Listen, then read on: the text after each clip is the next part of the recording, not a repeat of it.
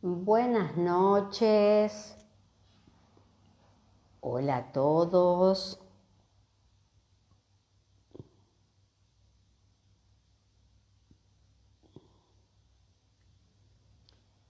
Por lo visto todavía estoy sola.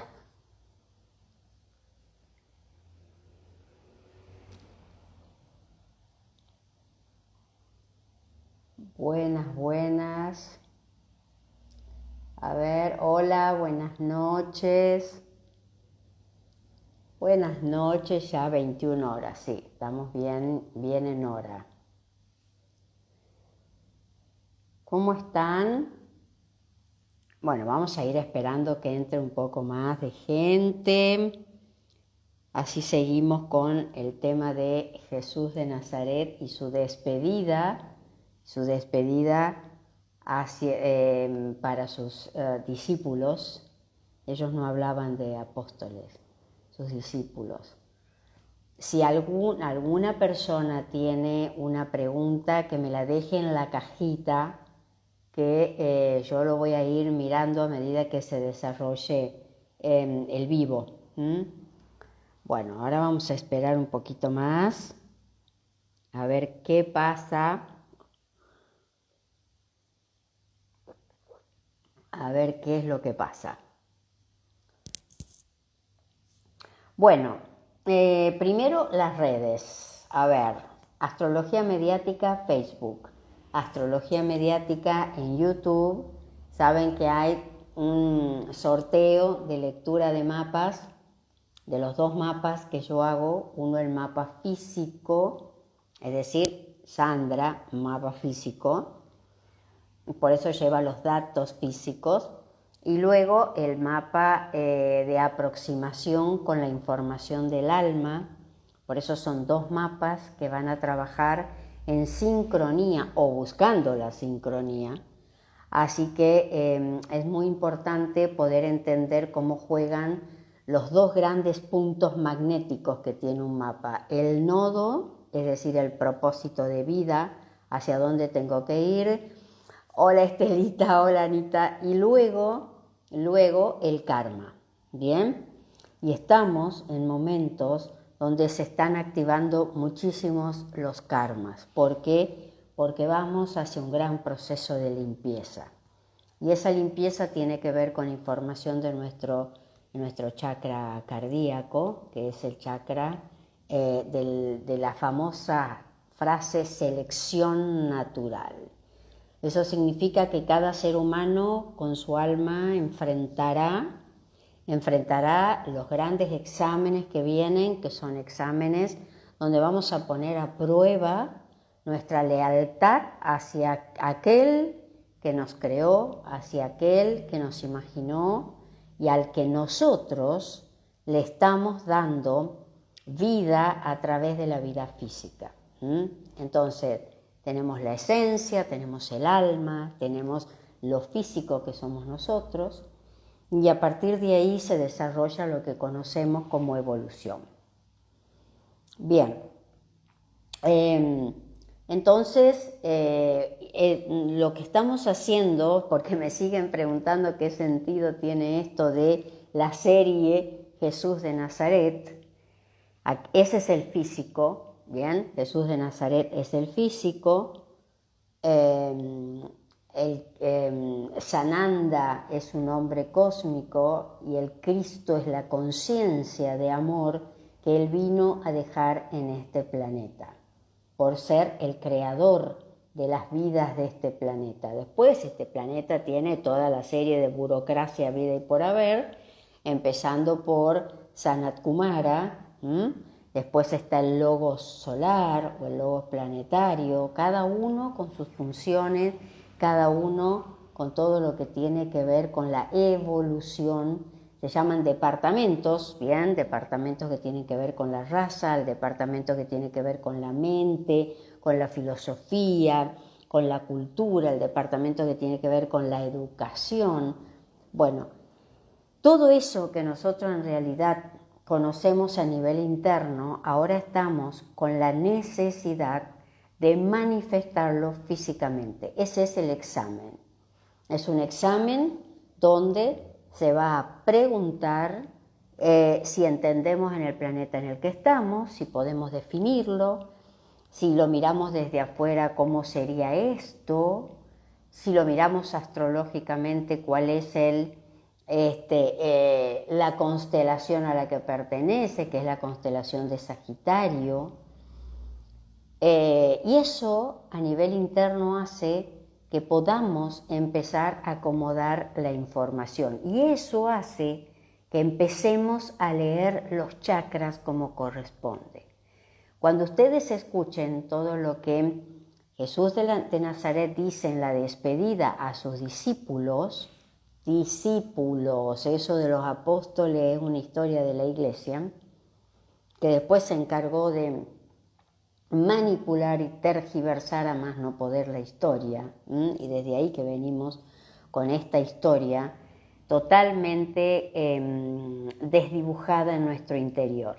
Bueno, ahora ha llegado el momento, en los momentos de grandes transformaciones que se vienen, de recordar cuál es nuestro origen.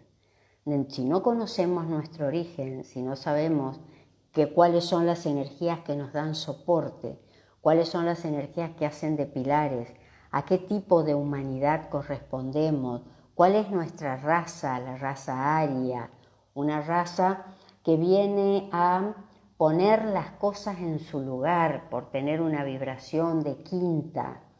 Tener vibración de quinta significa que empezamos a necesitar entender cómo se vive, cuál es la información, qué tipo de seres están conectados con Venus, y a su vez Venus nos da a nosotros las grandes respuestas de quién soy, para qué estoy. ¿A través de qué?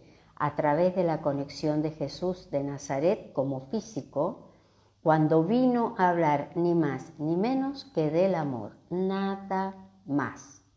Nada más, el resto sale sobrando. Y ahora, 2200 años después, estamos en posición de a poco despedirnos de esa historia turbia, oscura, totalmente manipuladora, ¿bien?, que se ha encargado esta humanidad de avalar a lo largo de todo este tiempo, y cuidado, todas las almas han estado ahí. Y empezar a transitar un camino de independencia en mis creencias, de independencia en mi consecución hacia la fe, que tiene que ver con una madurez absoluta interna. ¿Bien? Para eso es que yo los martes me siento aquí y les relato, les leo, tratando de ser lo más fiel posible a todos los párrafos, porque la verdad que son muchísimos. Voy separando los diálogos nada más, porque después está todo lo que Benítez analiza, reflexiona y dice, que es muy interesante, pero la verdad que estaríamos hasta el año, si estamos en el 2030, estaríamos hasta el 2040 más o menos leyendo Los caballos de Troya, ¿no? Voy a lo más importante, por supuesto. Y entonces, ahora estamos, les recuerdo, como no nos vemos hace 15 días, estamos en el momento de la despedida, en la última cena, en la casa de los Elías, en la parte alta, donde Jesús ha invitado a sus 12 discípulos para hablar finalmente con ellos, porque viene advirtiéndoles que es su última noche. En el momento en que prácticamente estaba terminando la cena, donde él empieza a hacer el discurso de despedida, discurso propio de despedida, quien se retira es Judas Iscariote, que termina suicidándose. Con lo cual, Jesús nunca pudo despedirse de Judas, y es más, según el relato de Caballo de Troya, de uno de los discípulos, cuando Jesús llega al lugar, en un lugar así en U, él estaba en el centro, donde podía ver a los 6 de cada lado. Cuando llega al lugar donde estuvo Judas, que nadie sabía por qué se había levantado y se había ido, en realidad era ya para anunciar, para decir dónde iba a estar Jesús posteriormente, para que el Sanedrín saliera a buscarlo, ordenado por Caifás, por el sumo sacerdote judío, a quien le estaba arruinando los negocios. No sé si hay alguna analogía con lo que estamos viviendo. Bueno, estaba arruinando el negocio y Roma, por supuesto, iba a hacerse la tonta, mirar para el otro lado. No tenemos nada que ver, nosotros no nos ha hecho nada. Él dice que es el Mesías del pueblo judío. No sabemos qué es lo que está pasando. Mientras ustedes nos sigan pagando los tributos, los impuestos, esto está todo bien, arréglense ustedes. Con lo cual, la decisión del final de ese Jesús es totalmente judía. Esto tiene sus implicancias y es una implicancia que si ustedes se ponen a reflexionar y repasan un poco la historia, por qué siempre el pueblo judío es el pueblo expulsado, por qué siempre pareciera que no puede terminar de enraizarse, ¿no? Bueno, eso tiene una explicación que en algún momento veré cómo la doy, pero que puede llevar a malos entendidos. Y lo que menos quiero en la vida, la verdad que no me interesa a esta altura de la vida, tener malos entendidos con nadie. Porque si hay algo de lo que estoy segura es que yo jamás podré saber cómo ustedes están procesando la información que yo les doy. Cada mente es un mundo aparte. Jamás puedo estar en esas mentes, primero porque lo aprendí hace muchos años, que ni siquiera a mis hijos, sangre de mi sangre, salieron de mi panza. Yo puedo saber lo que están pensando cuando me escuchan, cuando hablo, cuando no hablo, cómo lo ven, cómo no lo ven. Eso hace que uno deje de tener expectativas con el afuera, deje de tener una mirada que siempre es una mirada de mucho imán hacia afuera, de la que ya tenemos que empezar a desprendernos, y uno empieza a mirar más adentro, a estar más adentro y a entender que así como nací sola, me voy a ir sola. Y ellos también lo van a hacer. Así que el encuentro nuestro de almas es un encuentro que puede ser muy corto, como puede ser esto. Vamos a hacer Instagram por un tiempo y después cuando se termine la historia de Jesús de Nazaret, veremos qué hacemos. Con este Urano en Tauro está todo muy cambiante y además tiene que ver con esto de que uno tiene que hacer las cosas que quiere, que le gusta y que le dan placer. Y no sentarse en un lugar para hablar porque quiero que no se olviden de mi cara. No, la verdad, muy lejos de mí, muy lejos de mí. No tiene nada que ver conmigo. Pero sí soy una persona que le gusta cuando encuentra algo, cuando hay una información que a mí me puede haber modificado, que me lleva a pensar, a reflexionar, a sentir y a validarme desde otro lugar, a mí me gusta compartirla. Me he dado frentazos, montones, porque en algún momento descubrí que en definitiva me escuchaban por escucharme y que no era que les interesara. Esta falta de verdad, esta falta de sinceridad, esta falta de ingenuidad, eso en Acuario no se soporta. Así que por lo tanto nosotros vamos a estar un tiempito aquí juntos, ¿no? Bien.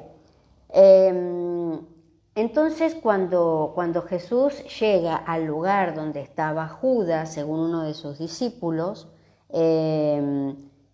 dicen que se queda un rato, como 15 minutos, en silencio, con una cara muy amarga, una expresión muy triste. ¿Por qué? Porque justamente como es el gran creador, sabe segundo a segundo cómo funciona cada ser humano. Es increíble, ni siquiera lo podemos imaginar. Y por eso, al ver lo que hacía Judas, certificó lo que podía llegar a ser y estaba dentro de los planes, es decir, traicionarlo. Todo está en orden, no hay nada que esté fuera del alcance de los grandes seres que nos conducen, nos dicen hacia dónde ir, nos muestran hacia dónde ir. Así que quien diga que no tiene ninguna respuesta o que está solo y demás, bueno, lamento decirle que está muy confundido y solo está hablando consigo mismo. Nunca atravesó los niveles de entrega que hay que atravesar para que las situaciones sean desde otro lugar, ¿no? Por eso, no sé si ustedes ven, que a mí me hace mucha gracia, la llegada que tiene este tipo de información es muy limitada, muy limitada. Hoy Benítez, JJ Benítez, está nuevamente sacando a flote los caballos de Troya, llamativamente, y no lo hace desde el enfoque que uno lo podría hacer, sabiendo que es un salto en nuestra evolución, sabiendo que va a venir un planeta que va a hacer que nosotros tengamos que reflexionar y mucho que tengamos que limpiar. No, no, no.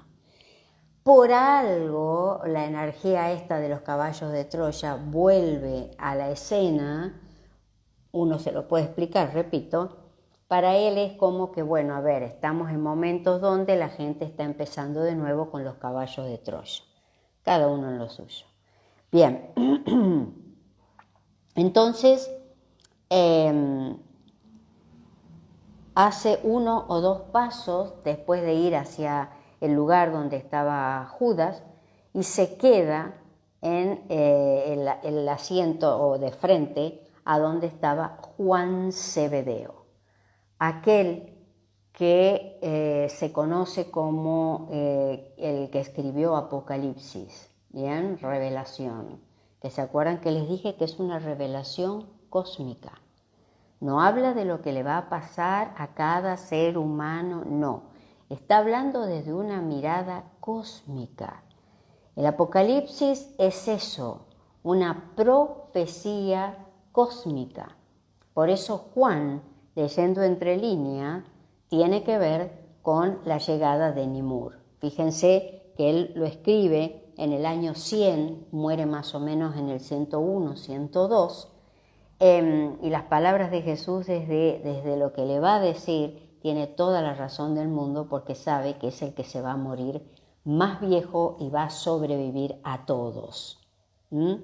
Así que cuando uno puede observar qué pasó después de estas palabras, uno se maravilla porque se da cuenta que todo está absolutamente escrito. Y lo que nosotros tenemos que hacer, ni más ni menos, es volver a escribir eso recordando, o sea, pasando por el corazón. Nadie vive lo que no puede vivir, nadie tiene las pruebas que no puede afrontar, y esto es sencillamente aprender a trabajar nuestro corazón y nuestra mente coordinadamente para tener la mayor paz posible mientras estamos en la tormenta. Y después, lógicamente, todo vuelve a su cauce. Así que bueno, el maestro fue a situarse frente al diván ocupado por Juan Zebedeo. Este se levantó al punto, y el Galileo, en un cálido y entrañable tono, le dirigió las siguientes palabras de despedida. Tú, Juan, eres el más joven de mis hermanos. Has estado muy cerca de mí, y aunque los amo a todos con el mismo afecto que un padre tiene por sus hijos, fuiste designado por Andrés como uno de los 3 que siempre debía estar cerca de mí. La decisión esta tiene que ver con Andrés, que es quien dirigía un poco la logística de todo el grupo. Andrés no es muy conocido como discípulo. Designó a Juan Zebedeo, designó a Santiago Zebedeo, hermanos, y designó a Pedro para que estuvieran siempre de Jesús como, digamos, en cierta manera, guardaespaldas, ¿no? Pero además, porque a Jesús siempre tuvo mucho vínculo con la familia del Zebedeo, de los Zebedeo que eran una familia de astilleros, tenían astilleros, por eso en Caballo de Troya se lo ve y se lo escucha un Jesús de Nazaret cantando, clavando clavos, comiendo miel, comiendo pasas de uva, que era su preferido, su postre preferido, en los astilleros de los Zebedeo, ¿no? Por eso esto de que era carpintero, la verdad que es muy poco. En realidad lo que los caballos de Troya dicen es que estuvo mucho tiempo en casa de los Zebedeo ayudando a construir los barcos, ¿no? Por eso cuando llega el momento de salir a los caminos para dar el mensaje, por supuesto, los dos hermanos Zebedeo son los que lo acompañan. Además, porque también, ya lo conté, venían de ser discípulos de Juan el Bautista. Así que, en realidad, lo que estaban buscando era una figura, una imagen que representara esa idea de libertad. Y ojo con esto, porque no era la libertad espiritual justamente, sino que es la misma confusión que termina teniendo María, su madre, una virginiana terrible, donde confunde lo que viene a ser su hijo con la idea esta de que va a sacar picando a todos los romanos y va a ser, digamos, el Mesías Salvador que ella supone, pero un Mesías político, como muchos lo consideraron, y finalmente pocos entendieron su mensaje. Y así seguimos. Bueno, entonces, le dice esto, que uno de los tres que siempre debía estar cerca de él, déjenme que voy pasando. Además de esto, has actuado por mí mismo y debes continuar así, trabajando en favor de los asuntos relacionados con mi familia en la tierra. Yo voy al Padre, Juan, teniendo plena confianza en que seguirás velando por aquellos que son míos en la carne. Cuida que su presente confusión respecto a mi misión de ninguna manera te impida darles toda la simpatía, consejo y ayuda que, lo sabes, yo les daría si debiese permanecer en la carne. Y ahora, mientras entro en las horas finales de mi carrera en la tierra, permanece cerca, a mano, para que pueda dejar cualquier mensaje a mi familia. Cualquier mensaje a mi familia. Esto, ¿qué es lo que quiere decir? Y aquí viene la aclaración. Esto daba cumplida explicación al casi permanente seguimiento de Juan de Zebedeo durante las horas del prendimiento, interrogatorios y crucifixión y muerte del Galileo.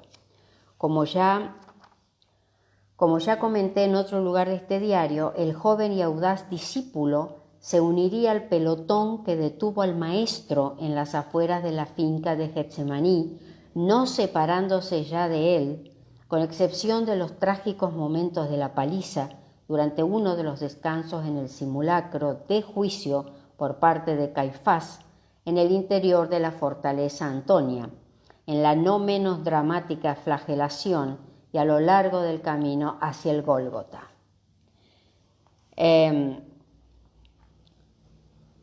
Dice Benítez, aunque habrá tiempo de comentarlo, nunca podré entender por qué Juan ni el resto de los evangelistas no refieren estas despedidas en sus respectivos escritos.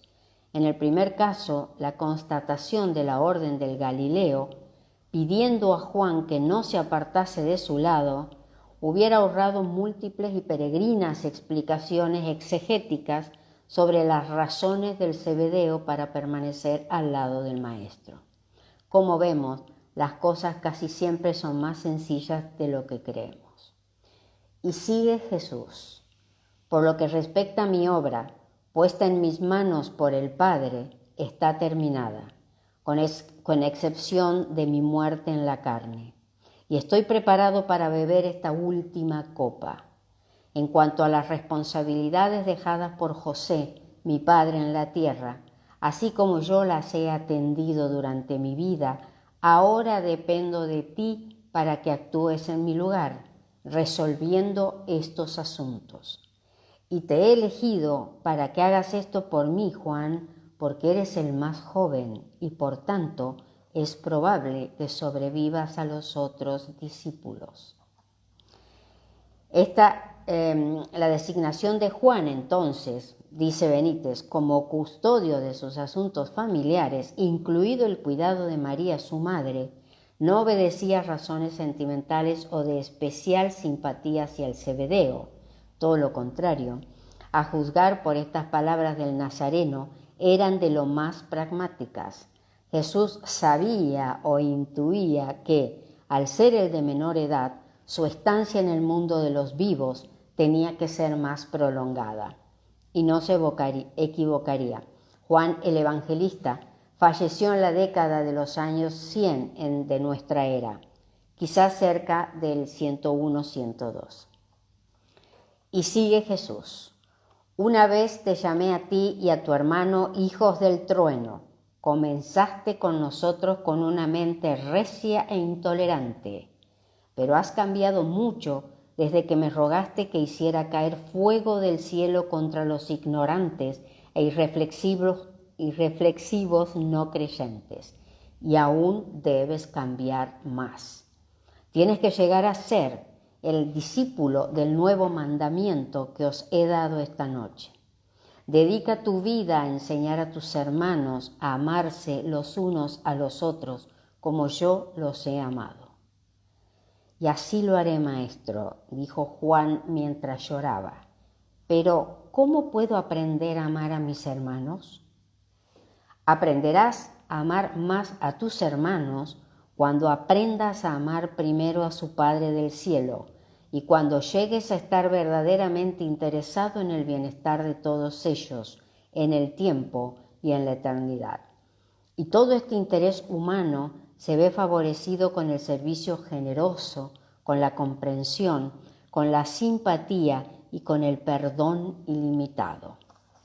Ningún hombre despreciará tu juventud, pero te exhorto a que concedas siempre la debida consideración al hecho de que la vejez representa normalmente experiencia, y nada en los asuntos del hombre puede reemplazar a la auténtica experiencia.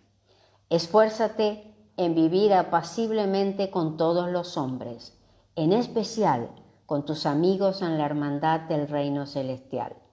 Y recuerda siempre, Juan, no luches con las almas que podrías ganar para el reino. ¿Por qué le dice esto? Porque Juan es justamente una personalidad muy controvertida. Por empezar, se supone, digamos, que su elección sexual no tenía que ver, digamos, con la tradicional de los judíos.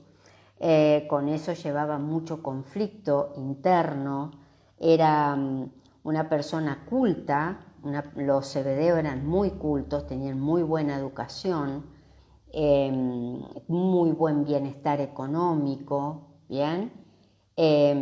Así que entonces, bueno, eso le daba a Juan una cierta tranquilidad, pero respecto de su juventud, era el más joven, sentía que lo rechazaban. ¿Por qué? Porque todos eran mucho más grandes que él, creía que sus palabras no tenían asidero y por eso le habla de su juventud, de que tenga cuidado con eso, porque siempre, además de juventud, tiene que considerar qué significa la vejez, la experiencia y la sabiduría. ¿Por qué? Porque su personalidad era de mucha intolerancia y enojo. Y eso siempre Jesús se lo recalcaba, por eso en su despedida le dice todo esto, ¿no?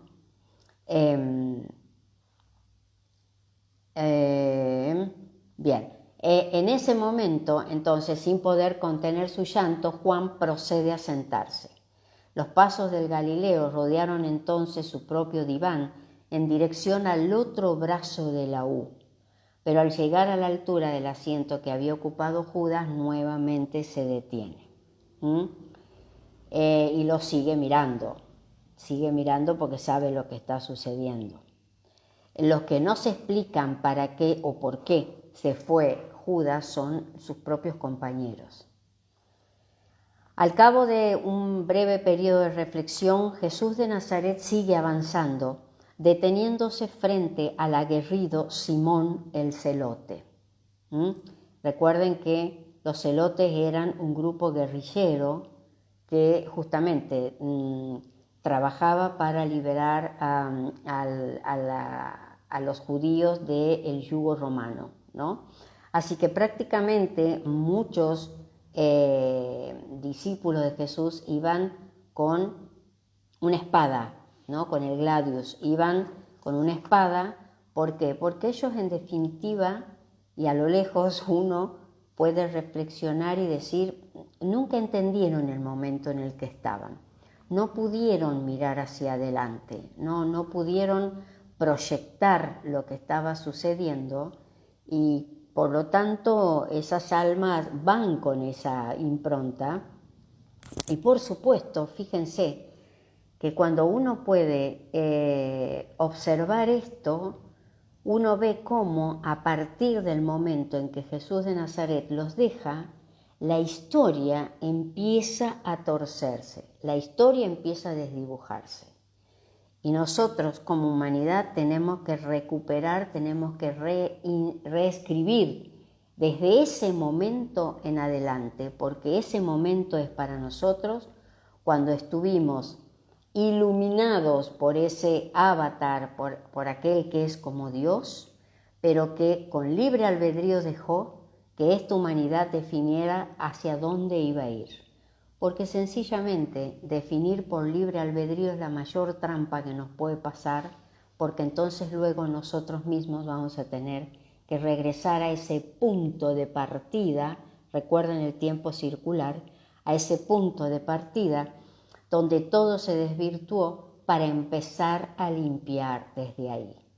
Por eso se dice, muchas religiones, las religiones tienen que caer, tienen que resetearse, tienen que volver a entender qué sucedía y eso hace grandes colapsos de civilización, en los cuales nosotros estamos entrando de a poco.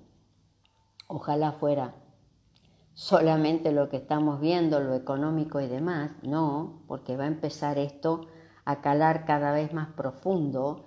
¿En qué? En nuestras creencias y en aquellos que tienen fe en la fe. Por lo tanto, estas palabras de Jesús son absolutamente actuales. Le está hablando a 11 personas, describiendo la personalidad de cada uno y el mundo en el que van a vivir sin que se den cuenta. Y nosotros, que ya medianamente tenemos un poco más de capacidad, deberíamos tomar estas palabras y empezar a ver dónde estamos situados, desde qué lugar estamos situados, si de la fantasía, si desde la no creencia, si desde la creencia pura y dura y entonces yo no quiero saber nada de todo esto es nada, basura. Bueno, cada uno dirá y pensará lo que quiera. Entonces Jesús de Nazaret avanza, ¿no? Y va hacia Simón el celote. Tú eres un verdadero hijo de Abraham, pero ¿cuánto tiempo he tratado de convertirte en un hijo del reino celestial? Te quiero y también a todos tus hermanos. Sé que me amas, Simón, y que amas también el reino, pero continúas intentando que este reino sea de acuerdo con tu gusto. Sé muy bien que finalmente comprenderás la naturaleza espiritual y el significado de mi evangelio, y que realizarás un valiente trabajo en su proclamación. Pero estoy preocupado por lo que pueda ocurrirte cuando me vaya. Me alegraría saber que no dudarás. Sería feliz si pudiese saber que, después de que vaya al Padre, no dejarás de ser mi discípulo y que te comportarás aceptablemente como embajador del reino celestial. El ardiente patriota no dudó en su respuesta. Maestro, no temas por mi lealtad. He vuelto la espalda a todo para poder dedicar mi vida al establecimiento de tu reino en la tierra y no fallaré. Hasta ahora he sobrevivido a todas las decepciones y no te abandonaré. Aclaración. Estas manifestaciones del celote eran de suma importancia para entender mejor el grado de frustración de algunos de los seguidores del Galileo, convencidos hasta el último momento del papel político y terrenal de Jesús.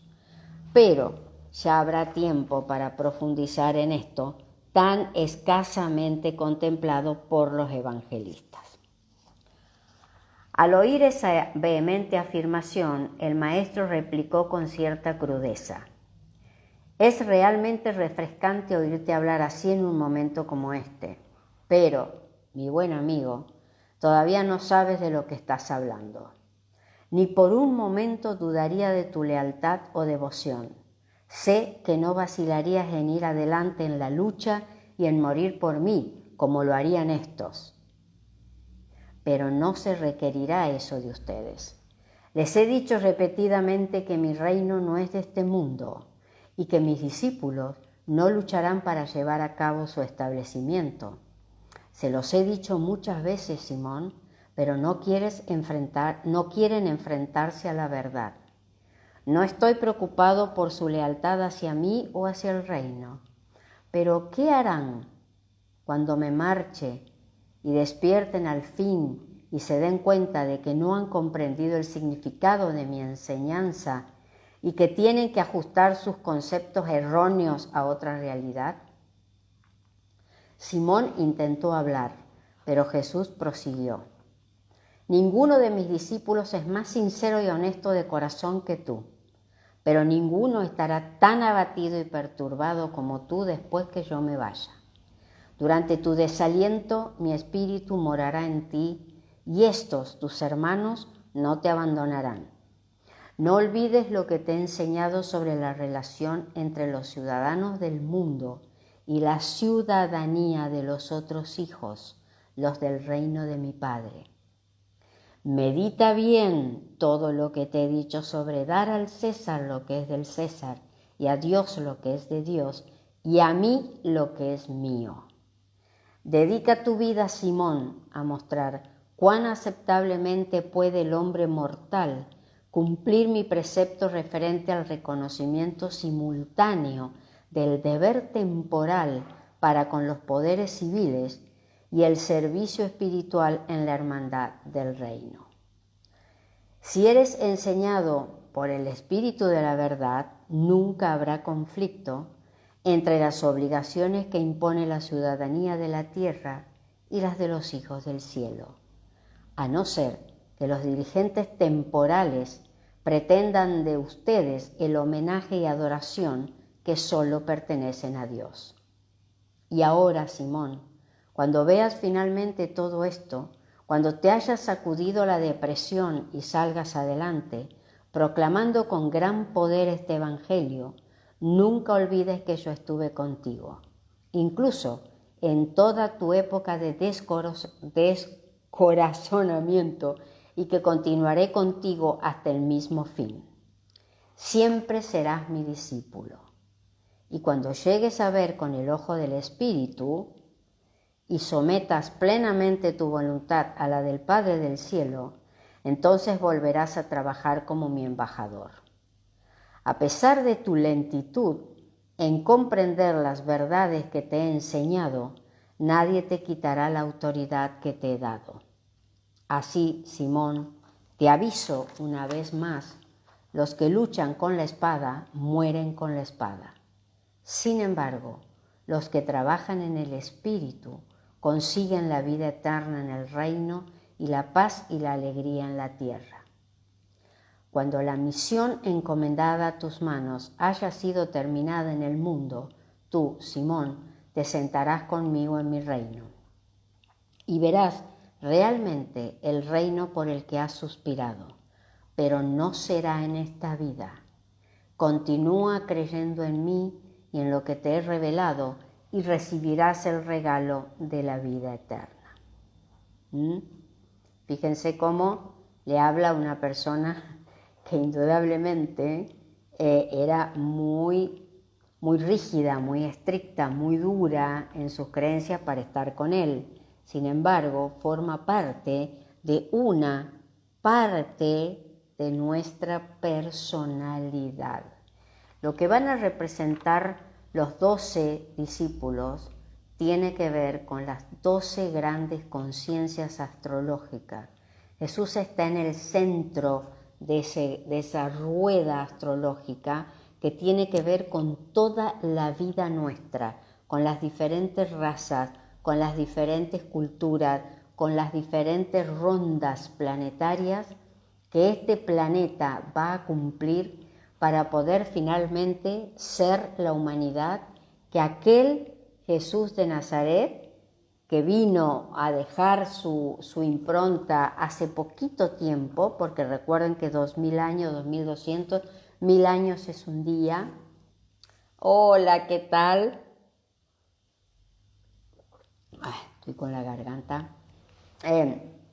1000 años es un día. O sea que hace 2 días que vino ese Jesús de Nazaret. Si lo podemos ver desde lo simbólico, recuerden esto, y al tercer día volveré, y es un ser superior que cuando promete algo, lo cumple. Los que no cumplimos somos nosotros, por eso se ríen cuando yo digo nos tienen miedo, porque como somos seres tan volubles, somos seres que vamos para donde calienta el sol, para donde hace el mayor ruido, para donde me calientan mejor los oídos, para donde me mienten con una gran maestría. Por eso estamos donde estamos. Fíjense cuando le dice Jesús, cuidado que los que luchan con la espada mueren con la espada. Y nosotros hoy no tenemos una espada, tenemos una lengua filosa. Esa lengua filosa es la que trastorna, es la que transforma, ¿bien?, nuestros pensamientos, o mejor dicho, es quien materializa en palabras nuestro pensamiento, y a partir de ahí vemos la mente de cada uno. Cómo piensa el otro, qué tipo de mente tiene. Pero como no me gusta escuchar mucho, yo sigo al lado de esa persona y entonces, qué lindo cómo me castiga, cómo me manipula, bueno, tantas cosas que hoy tienen que empezar a darse vuelta porque nosotros estamos ya en otro momento histórico. Dificilísimo ponerlo en palabras, pero ya nos vamos a ir dando cuenta a medida que avancemos. Nadie queda en este mundo sin ver lo que tiene que ver. Tarde o temprano, como sea, pero lo va a ver.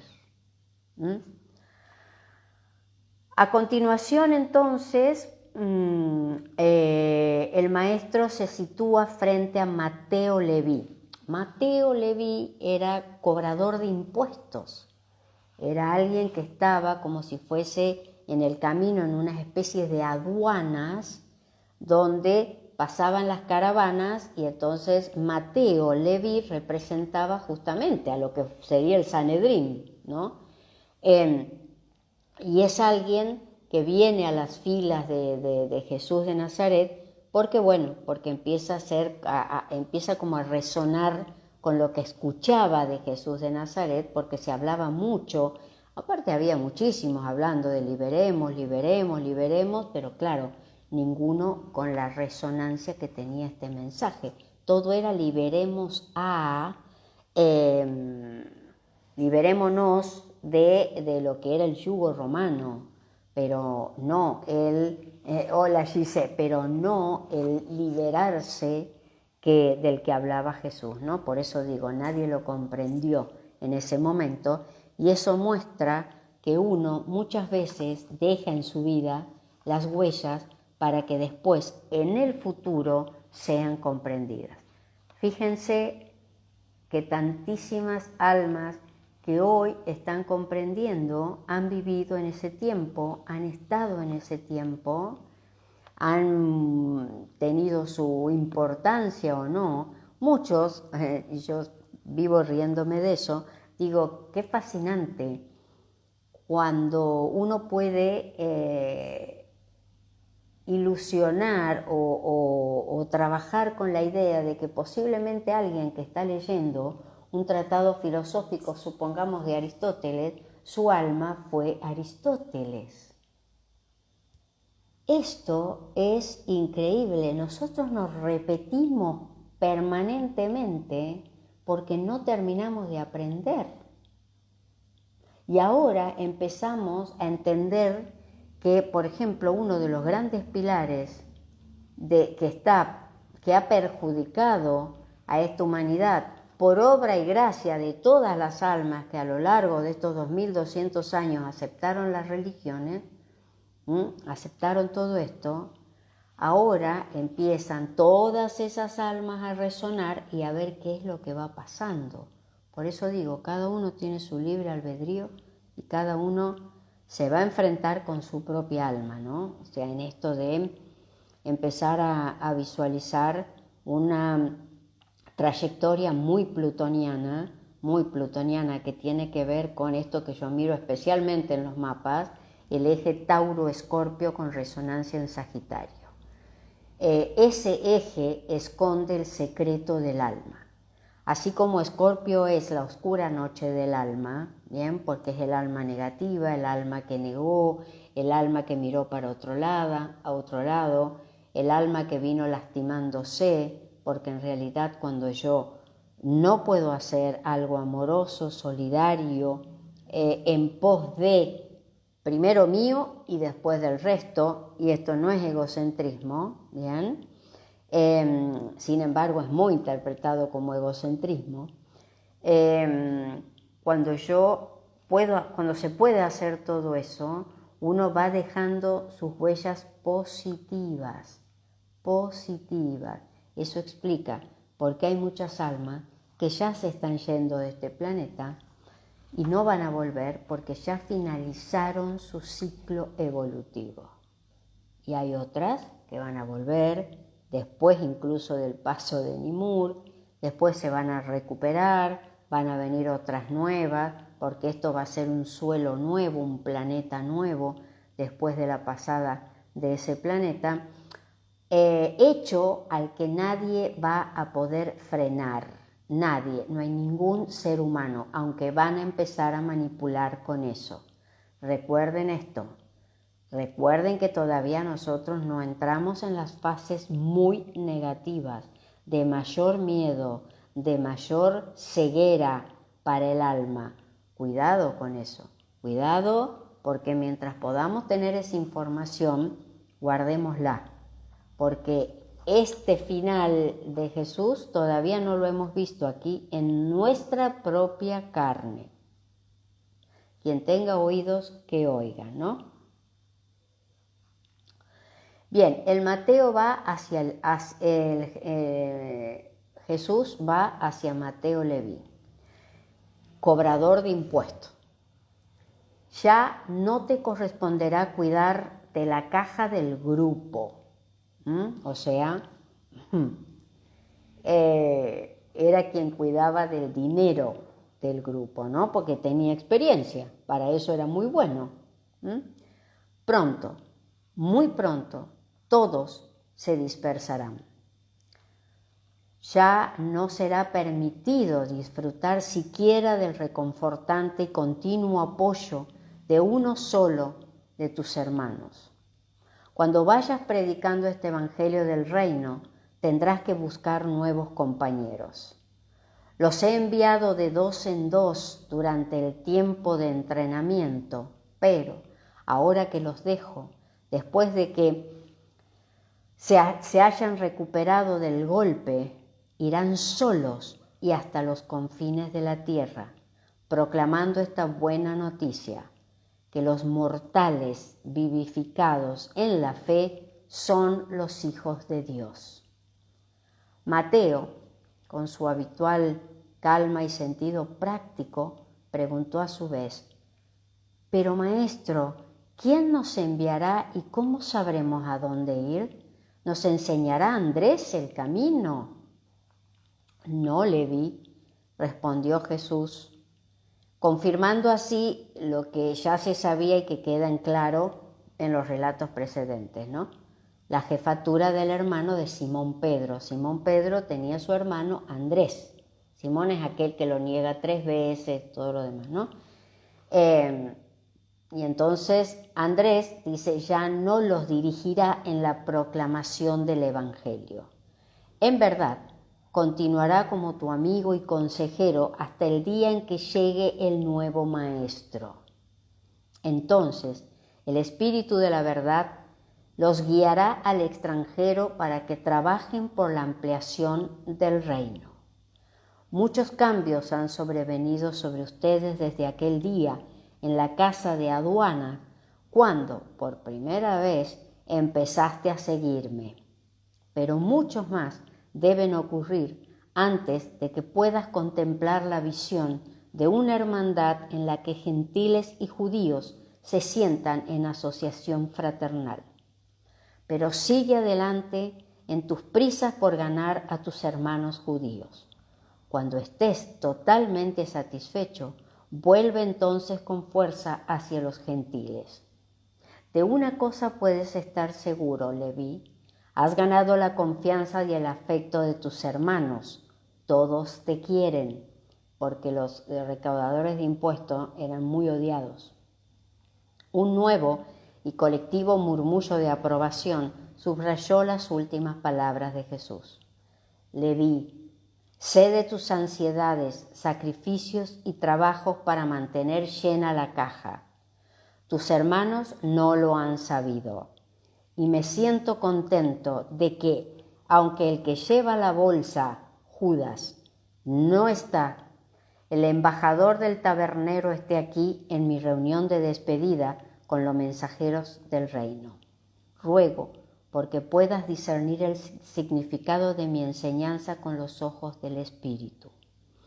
Y cuando el nuevo Maestro llegue a tu corazón, sigue adelante. Él te guiará. Y muestra a tus hermanos y a todo el mundo lo que el Padre puede hacer con un odiado recaudador de impuestos que se atrevió a seguir al Hijo del Hombre y a creer en el Evangelio del Reino. Incluso desde el principio, Leví, te quise como quise a estos otros Galileos. Sabiendo entonces de nuevo, ¿me escuchan? Oh. ¿Me escuchan? No te puedo creer.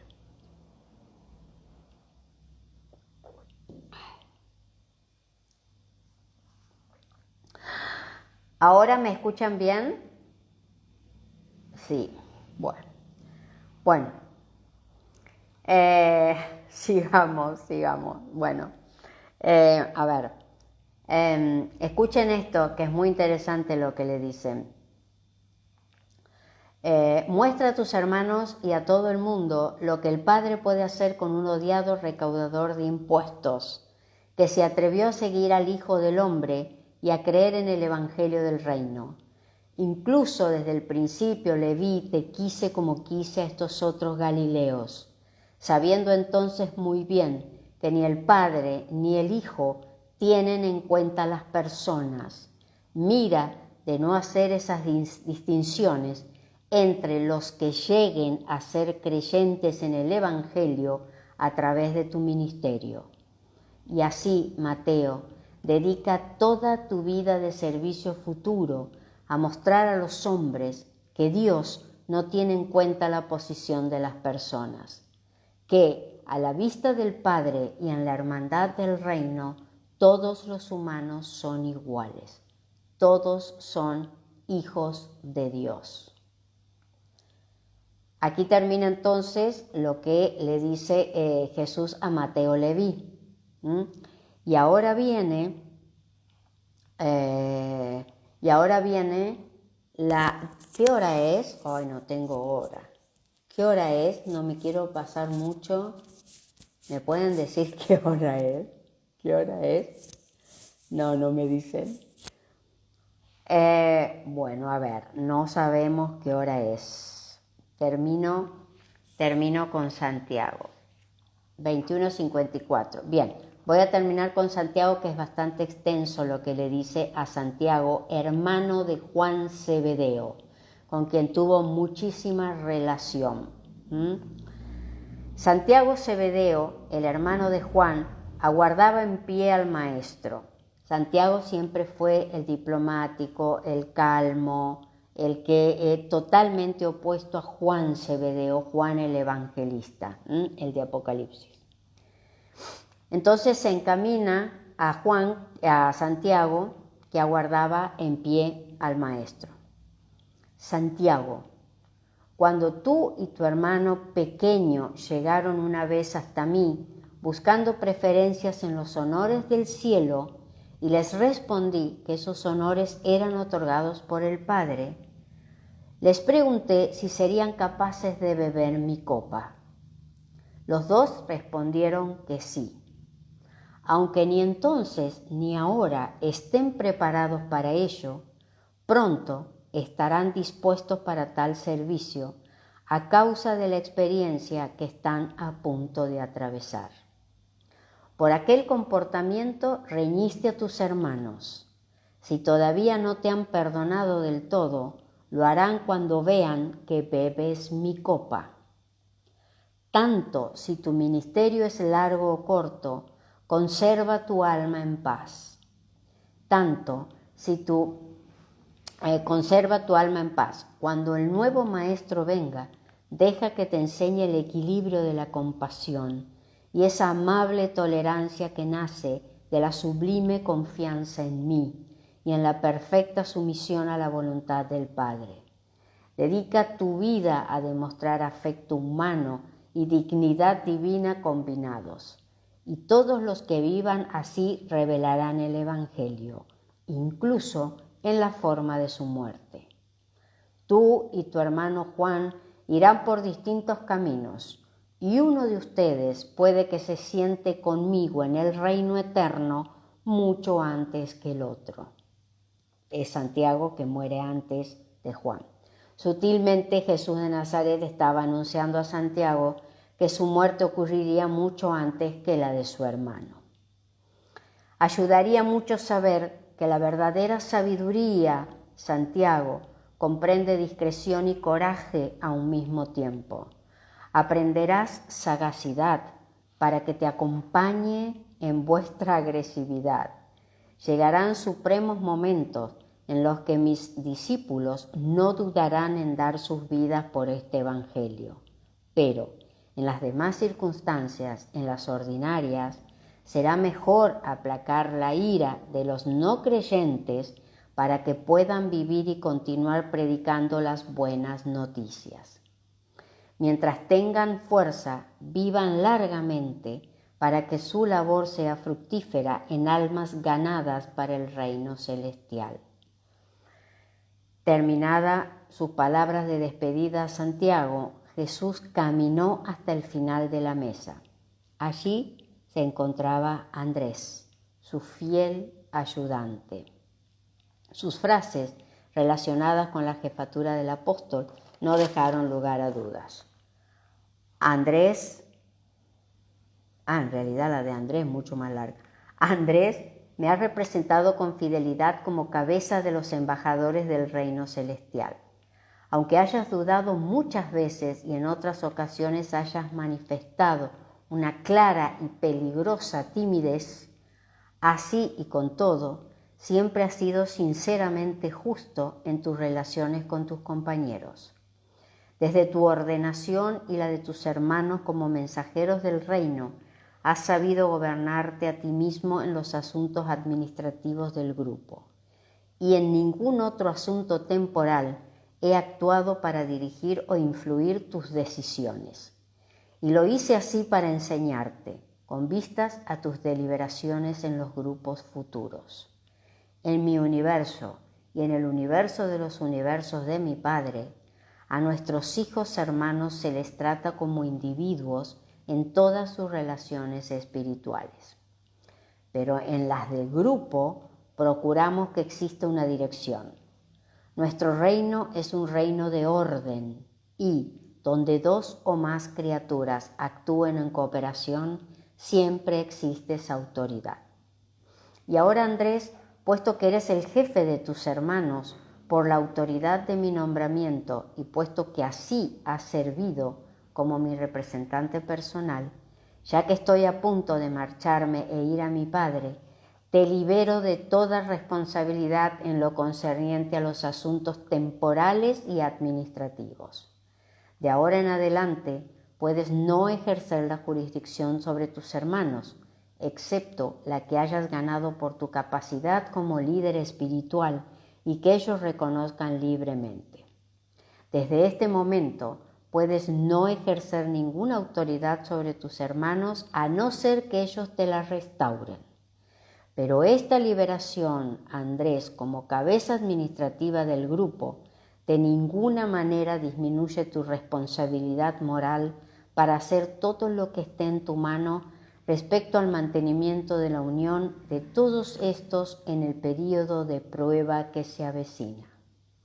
De ahora en adelante, solo ejerceré autoridad espiritual sobre y entre ustedes. Si tus hermanos desean retenerte como consejero, te digo que debes hacer todo lo que puedas para promocionar la paz y la armonía, tanto en los asuntos temporales como espirituales, entre los grupos de sinceros creyentes en el Evangelio. Dedica el resto de tu vida a impulsar los aspectos prácticos del amor fraterno. Sé amable con tus hermanos en la carne. Manifiesta una devoción amorosa e imparcial a los griegos del oeste y a Abner del este. Aunque estos, mis discípulos, van a ser muy esparcidos muy pronto por los 4 confines de la tierra para proclamar la buena nueva de la salvación, debes mantenerles unidos durante el tiempo de prueba que se avecina. En esa época deben aprender a creer en este Evangelio sin mi presencia personal. Y así, Andrés, aunque no recaigan en ti las grandes labores que ven los hombres, conténtate con ser el maestro y consejero de los que las hacen. Sigue adelante con tu trabajo en la tierra hasta el final, y así continuarás este ministerio en el reino eterno. ¿No te he dicho muchas veces que tengo otras ovejas que no son de este rebaño? Bien, bueno, ahora vienen otras despedidas, pero que la vamos a dejar para más adelante, porque me parece muy interesante poder observar, repito, esto que Jesús simbólicamente dijo frente a todos sus discípulos, menos a Judas. Y Judas representa ese gran signo de pregunta que uno tiene cuando está tratando, cuando uno está, por ejemplo, en un círculo familiar, cuando uno está incluso observando su propia personalidad, ¿dónde tiene uno la impronta de Judas? ¿Dónde uno va a negar aquello que lo ha acompañado, sí, es el caballo de Troya 2, que lo ha acompañado durante toda su vida y que a veces en un segundo uno traiciona su personalidad, traiciona su historia? Nosotros estamos enfrentando y ni siquiera hemos empezado a ver nuestra verdadera personalidad y de aquellas personas que nos rodean. Eso va a ser muy importante y especialmente con esa posición planetaria manifestándose de Saturno en Piscis, porque recuerden que la era que Jesús viene a inaugurar, por eso cierra Buda la era de Aries, donde era muy físico, donde tiene que ver con el primer chakra, con la influencia de la luna y de Marte, y por eso el mensaje de Buda es: aún con un cuerpo físico, yo puedo conectar con mi alma y con mi esencia, y por supuesto, finalmente, con aquel al que nosotros podemos llegar por nuestra finitud espiritual, que es a aquel que conocimos como Jesús de Nazaret. Más allá no podemos ir. Aquel que nosotros nombramos como Dios, es una ilusión para nosotros. Bien, entonces, Buda cierra el ciclo que tiene que ver con una humanidad puramente violenta. Por eso todavía la vida en la Galilea de Jesús, que viene a dejar la impronta del amor, de la solidaridad, del ámense los unos a los otros, muy acuariano, y entonces uno puede preguntarse, ¿pero cómo? ¿No era eso Piscis? Piscis es la interfase, Piscis es el puente desde la era de Aries a la era de Acuario. Recuerden que el sistema solar va contra las agujas, va en la misma posición que las agujas del reloj y nuestro planeta va al revés. Por eso nosotros estamos todavía en la cuarentena cósmica. Cuando nuestro ser interno y nuestro ser externo sintonicen, vamos a ir exactamente como corresponde, en sintonía, en paralelo, tanto el sistema solar como la Tierra. Y eso va a ser cuando nosotros podamos mandarle esa información a los grandes seres que nos conducen, que tienen que ver con aquellos que saben qué es lo que tenemos que vivir, hasta dónde lo necesitamos vivir. Por eso nosotros en realidad siempre estamos funcionando con vendas en los ojos. ¿Cómo sacamos esas vendas? A través del tercer ojo. Por eso es Tauro el tercer ojo.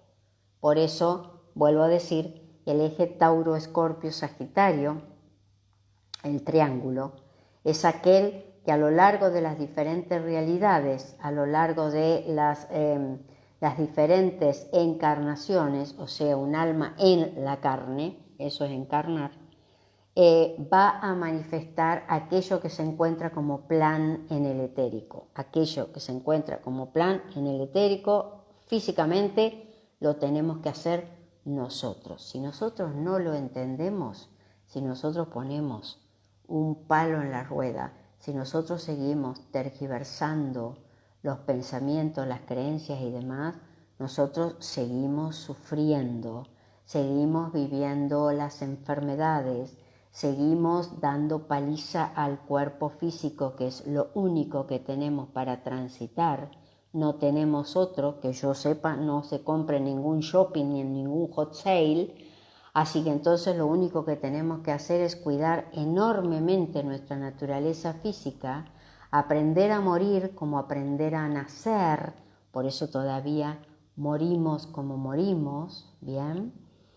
Y por eso el regalo de la vida no lo sabemos apreciar, todavía no sabemos apreciarlo. Estamos en pañales en lo que es la evolución, la verdadera evolución. Y estas palabras que acabo de leer de un Jesús despidiéndose de sus partes de personalidad, ¿bien? Lo que está haciendo es dejando esas palabras en el etérico, en el éter, en nuestro ADN, en todos nuestros átomos, para que llegado el momento nosotros lo recordemos. Podemos elegir, gracias al mínimo libre albedrío que tenemos, si seguir siendo animalitos, como lo éramos en la Lemuria como humanidad, o empezar a ser seres humanos en serio. Para eso hay grandes saltos que hacer.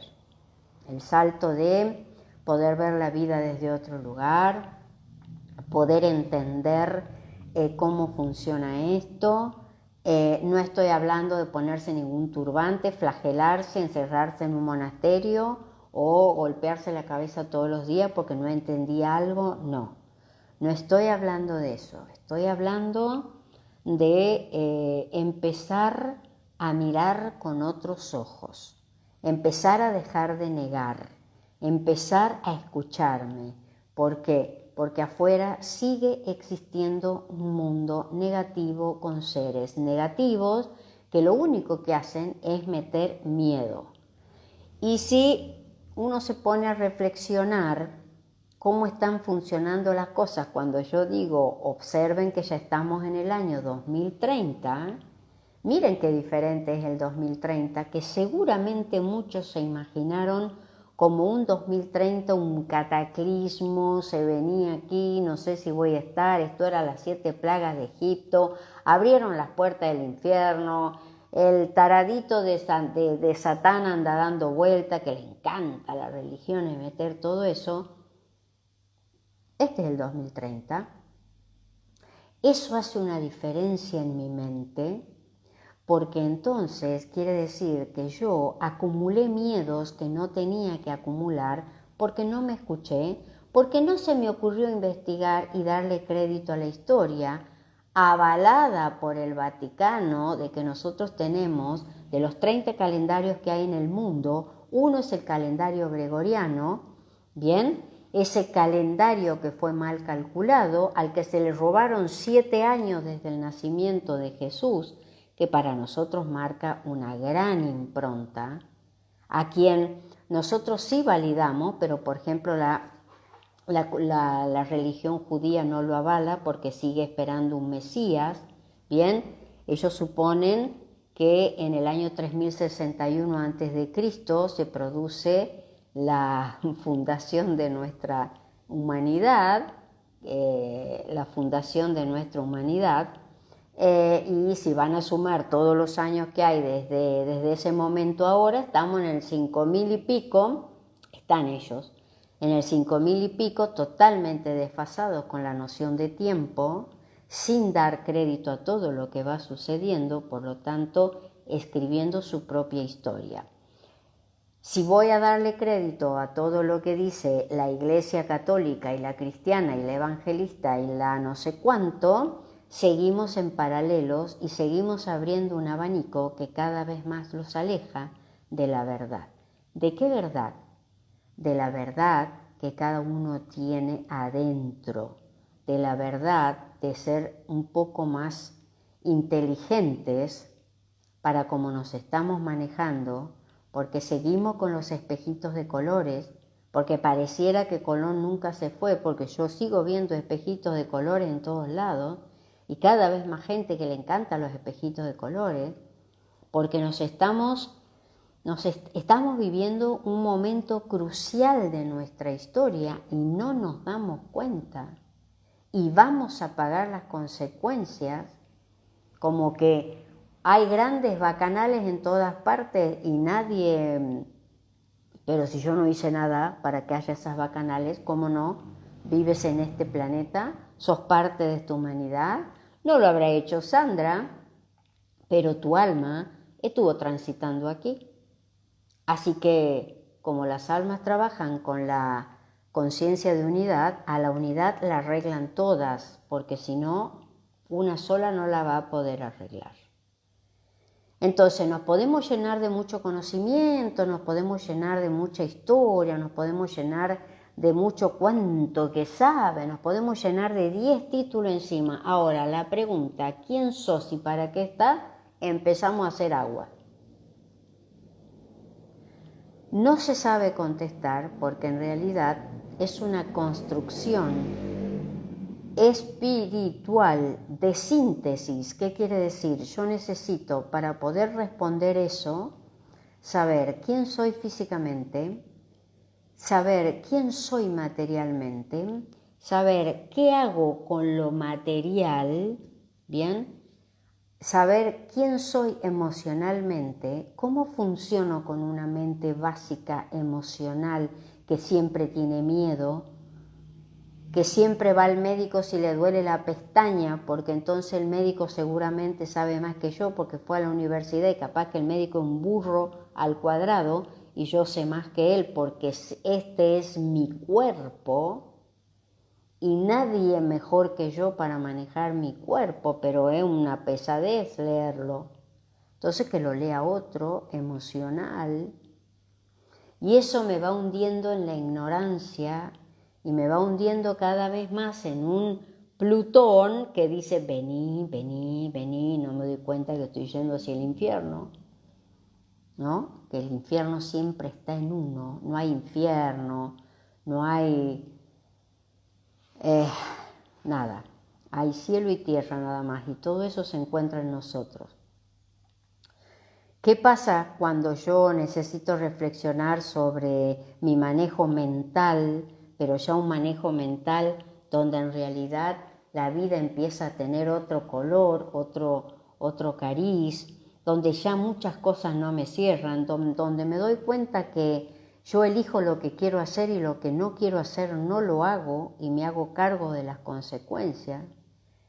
Y que nadie había estado tan elevado como yo suponía y que estamos todos a ras del suelo porque todos necesitamos ir al baño todavía y porque que yo sepa un solo ser humano murió como tendríamos que morir todos, que se llamó Paramahansa Yogananda, que hizo la muerte que el alma sabe hacer pero que el físico no le permite porque el físico tiene miedo de irse. Es mucho más fácil ponerse algún elemento en el corazón para seguir funcionando 100 años, 105 años, a ver si todavía allá del otro lado no me esperan las cosas lindas que hay aquí, ¿no? Lo que se está haciendo a nivel de la ciencia, se está logrando resetear el ADN para lograr tener el cuerpo que uno tenía cuando, supongamos, tenía 30 años. ¿Y qué hago con la mente? ¿Cómo hago para dar vuelta a la mente y tener una mente de 30 años con la edad que tengo hoy, con la experiencia que tengo hoy? ¿Cómo lo hago? Seguimos dividiéndonos, seguimos manipulando y hay mucha gente parada aplaudiendo eso. Seguimos mirando cómo la ciencia, en una manipulación total de un acuario negativo, porque todavía tenemos seres muy negativos trabajando en la ciencia, todavía este planeta no se limpió. Todavía no se terminó con la política nada más, no es que vamos a tener otro gobierno y entonces qué bueno, ya está, se terminó todo. No, esto no se arregla así nomás. Si alguien cree eso, está viendo Disneylandia. No.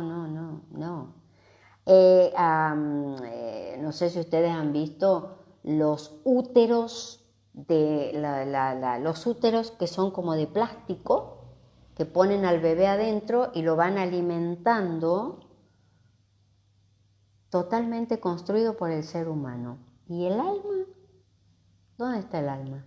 Si el alma necesita la conexión de ese útero, pero en un ser vivo, en un ser como por ejemplo el cuerpo de una madre, que le va a dar información de lo que va pasando en esa vida, que tiene 14 chakras adentro, 7 la madre y 7 ese bebé, que es un centro informativo impresionante.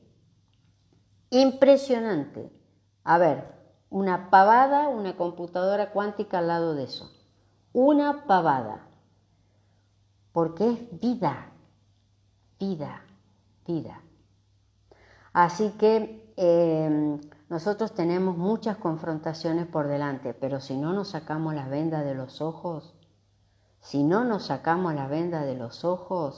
y cada uno sabrá cuáles son esas vendas, esto va de mal en peor para cada uno.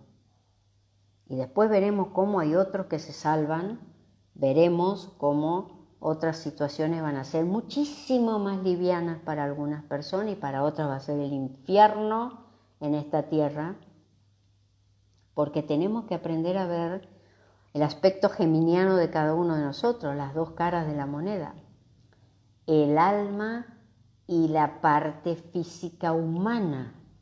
Somos seres duales que a lo largo de la evolución tienen que integrarse, ¿no? Entonces, estamos muy bien, porque a medida que vamos tomando conciencia, nos vamos aproximando, uno nunca sabe cuánto, pero nos vamos aproximando a esos estadios de no negación que son tan propios de las culturas, o si se quiere,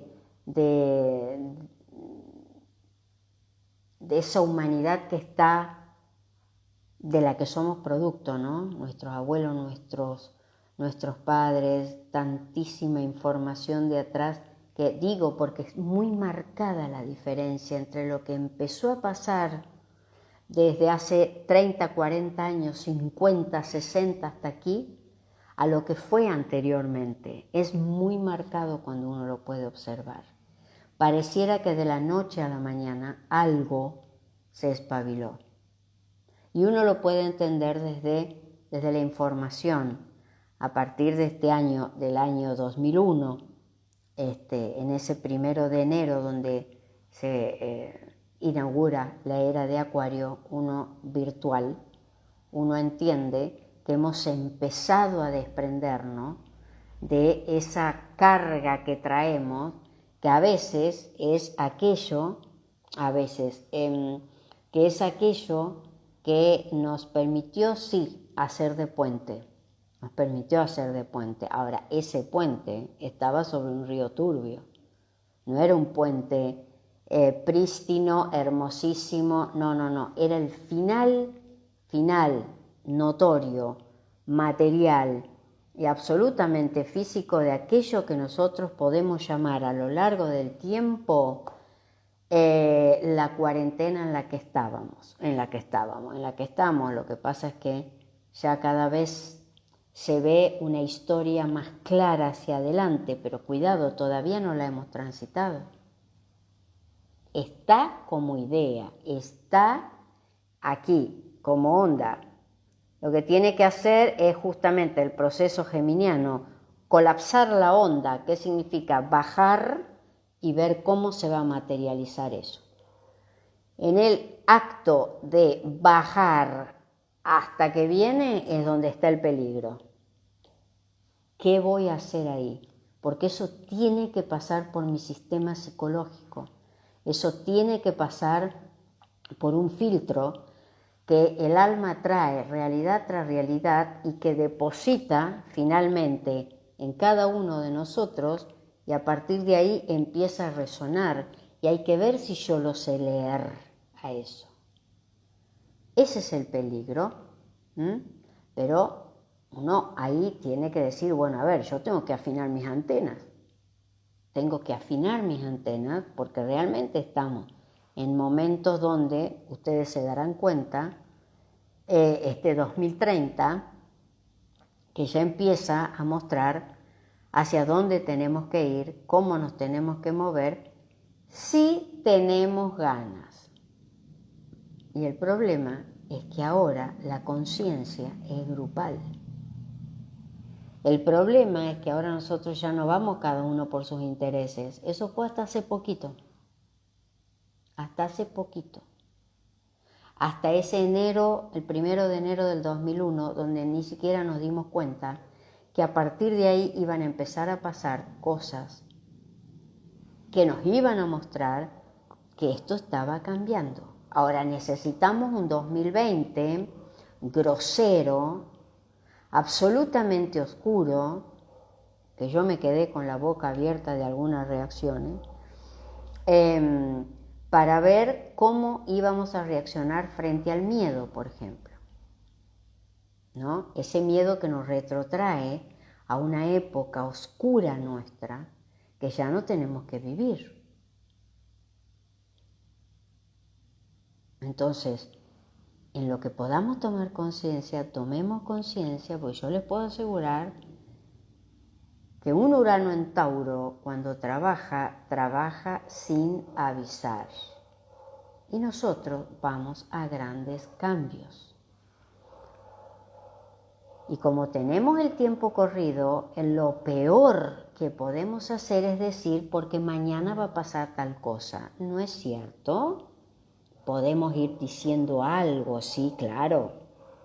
Lo más físico y lo más concreto, eso sí puede llegar a tener un cierre en el tiempo. Pero nosotros empezamos a tener un desdibujamiento del tiempo. Un desdibujamiento del tiempo, porque esta mente, la mente de Virgo, la mente que conecta con el primer chakra físico para darnos la fuerza física, el pensamiento concreto, esa está empezando a sufrir un embate energético activado desde los planos superiores para que empecemos a modificar en base a lo que va sucediendo, que no lo puede controlar nadie, pero nadie. Si yo puedo manejar ese pensamiento, esta mente física, la luna con Marte, dejan de emitir miedo. Y al no emitir miedo, el primer chakra empieza a limpiarse. Empiezo a tener más fe, más creencias diferentes, sé que puedo autoabastecerme, sé que cualquier prueba es una prueba que hace un tiempo mi alma dijo que yo iba a atravesar. El problema es que yo no la tengo clarita porque no me la ponen en un libro todos los días. Yo tengo que leer eso energéticamente y ahí está el gran tema. Se viene una gran activación de las enfermedades porque un Saturno en Piscis es un Saturno que va a limpiar en los 4 grandes campos que cada ser humano tenga como pendiente, como karma, físico, emocional, mental y espiritual. Y para eso hay que estar preparado. 3 años de eso, a partir del 8 de marzo. Esto se está cortando, ¿me están escuchando? Oh, se cortó. Se cortó. Bueno, se cortó. Listo. Uy, ¿me están escuchando? Bueno, vamos a dejar aquí porque ya está.